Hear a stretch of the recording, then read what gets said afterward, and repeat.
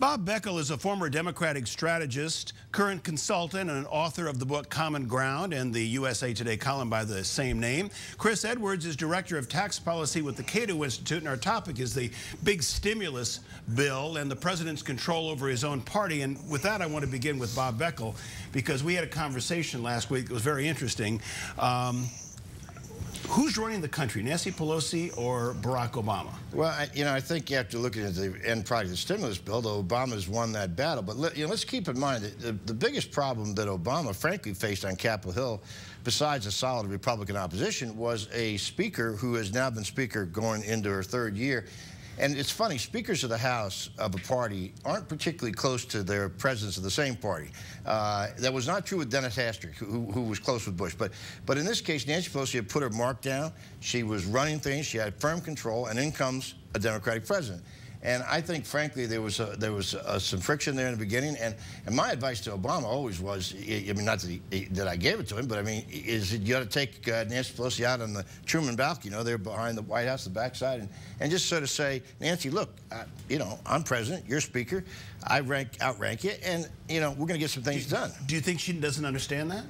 I think it's hard for any speaker to understand that. Look, they're number 3 in line for succession to the big chair. Yeah, but she couldn't be elected president. She has 0 chance of that. He won. Yeah, I don't know a member of the House or the Senate who doesn't whistle hail the chief in the morning, Chris, when they look in the mirror. So I'm not so sure she does. Did she win, or did he win on the stimulus package? Oh, I think because she wrote it. He wanted a bipartisan bill, and basically the Democrats wrote it. Yeah, but let's remember, she started out 7 months ago with a $300 billion stimulus package idea. And he wanted, by the time he got elected, he wanted to go to $600 billion to $700 billion. I think in the end, a lot of the pork that people were so concerned about got knocked out of the bill in the negotiations with the Senate, and they ended up with a bill that I think, frankly, is stimulative. It's a good idea. It didn't go as far as I would like to see it go, but I think, on balance, Obama got the better of it. Now, I want to get Chris on that in just a second. Let me ask you for a quick answer on this.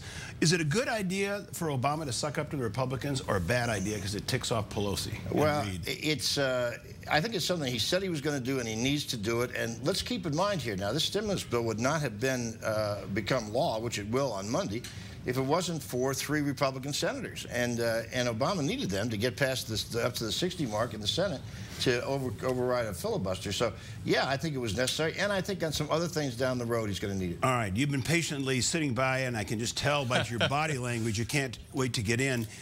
You guys, Cato, took out an enormous ad that said, no, all economists don't agree that the way to solve this problem is through spending. Can the government solve the crisis that we're in?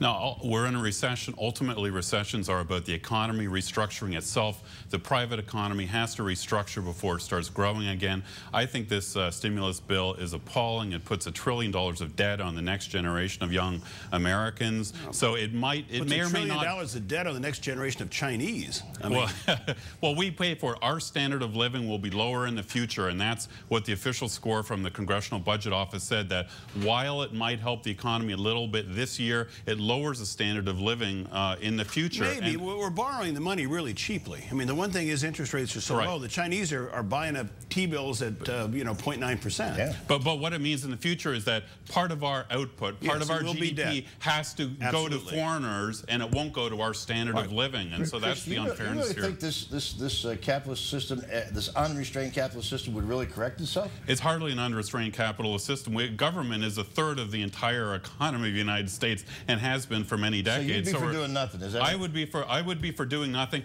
I don't think politicians or a lot of these really smart economists can manipulate the economy in the short run. We've seen them try, and they fail. What we do know a lot about is long-run growth. How do we get long-run growth? We have a good tax system. We have a good educational system. We know more about long-run growth, and I think that's where Congress ought to put their policy priority. Trying to manipulate the short run, I think, is just a losing proposition. I saw an interview with a member of Congress, I don't remember who it was, and he was talking about a day back in September when there was a huge drawdown of the money people were putting into money markets, money funds, and that day the government quickly said, okay, we're going to guarantee up to $250,000 and began to pump money into the banks, without which, he said, the economy of the United States would have crashed. This was in the middle of September. I think there was Do you believe that's true? No, I don't. I think that there's a lot of scare tactics. Then with the Treasury TARP money for the financial industry, there's scare tactics with the stimulus bill. No, I don't think. I think businesses, whether they're in the financial sector, in the automobile sector, ought to be let to fail. We can. The reality is we can bail them out in the short run, but in the long run, we're not going to have an automobile industry or a financial industry in Wall Street unless we get those long run incentives in place. Our tax rate is much higher than other business tax rates, and unless we get that down, we're not going to have these industries in the long run. And that's the question for Bob: is, you know, is this a Band-Aid that right now will help a little, but in the long term, it's not going to work? You know, it's amazing. We're sitting here talking about $780 billion as a Band-Aid. No, I think it is going to stimulate the economy. It is going to put a lot of money out there. It is going to do a lot of infrastructure, which is an investment in the future. On education, Chris talks about education. This bill doesn't have nearly enough for education. It ought to have more. They say, well, leave it up to the states. That's a state issue. It is not a state and local issue. They have not done a very good job with it. The fact of the matter is the only institution that's big enough to get us out of this is the federal government. Now, if this was all a sham, if we go back to George Bush's, the week that was, when every day he and Paulson would come out and say, the world's falling in, the world's falling in, and Bernanke would come in behind him and say, yeah, the world's falling in. Well, after a while, you begin to believe the world's falling apart, you know? And so what are we supposed to believe? This didn't happen under Barack Obama. This happened under George Bush and Paulson. And they're the ones who started the TARP program. I agree. But I said, let's look ahead. We could argue about what, you know, the stimulus bill looks like it's going to be signed into law. Looking ahead, President Obama has promised he's going to do short-run stimulus and long-run fiscal responsibility. I'm scared now, looking ahead, that a lot of the stimulus money becomes permanent. It becomes a permanent expansion in government. All this new spending is going to get all these special interest groups, you know, supporting it and trying to extend all that spending and a lot of these tax breaks. So let's hope that President Obama can make sure that this is only temporary and not a permanent increase in size of government. You're worried about that in terms of Medicaid, what the federal government's ponying up for Medicaid, right? Where else would it be the infrastructure spending. Infrastructure spending should be a state and local responsibility. It shouldn't be a federal. It's the Highway Trust Fund is where most of that money comes from. And that comes from gas taxes. I mean, I don't see the problem with this is that what we're down to here is I think we're starting to clarify ourselves philosophically, and I think that's good in this town. It's about time. There are those of us who believe in government intervention and those who don't. So do you think that our government should get bigger, like the size of the governments in Europe, which is where this sort of package is heading? I don't have any problem with it getting a little bit bigger, and I mean, if it were up to me, they would have spent $1 trillion or $1.5 trillion. But that's beside the point. They didn't get there. I think they needed that big a jolt. And talk about bailing out the automobile industry. Look, there was mismanagement in the automobile industry. I agree with you. But we're going to go along and just have Japanese automobile makers in this country? I mean, where are we going?